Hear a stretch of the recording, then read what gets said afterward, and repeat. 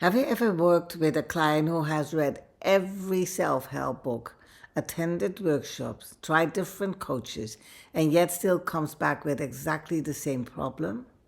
It's not because they don't want to change, it is because they're often working on the wrong problem. As coaches, we've trained to ask questions, but our clients usually answer from their conscious mind. They tell us what they think is wrong. And unfortunately, the conscious mind is very good at protecting us, and it often hides the deeper issue even from ourselves.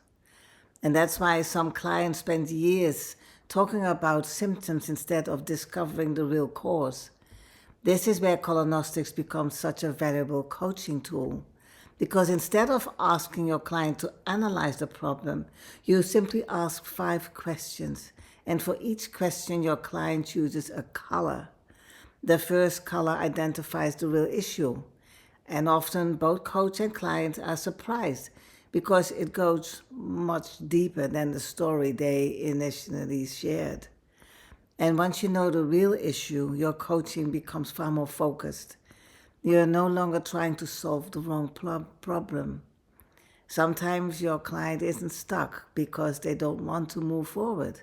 They're stuck because no one has helped them discover what is really holding them back.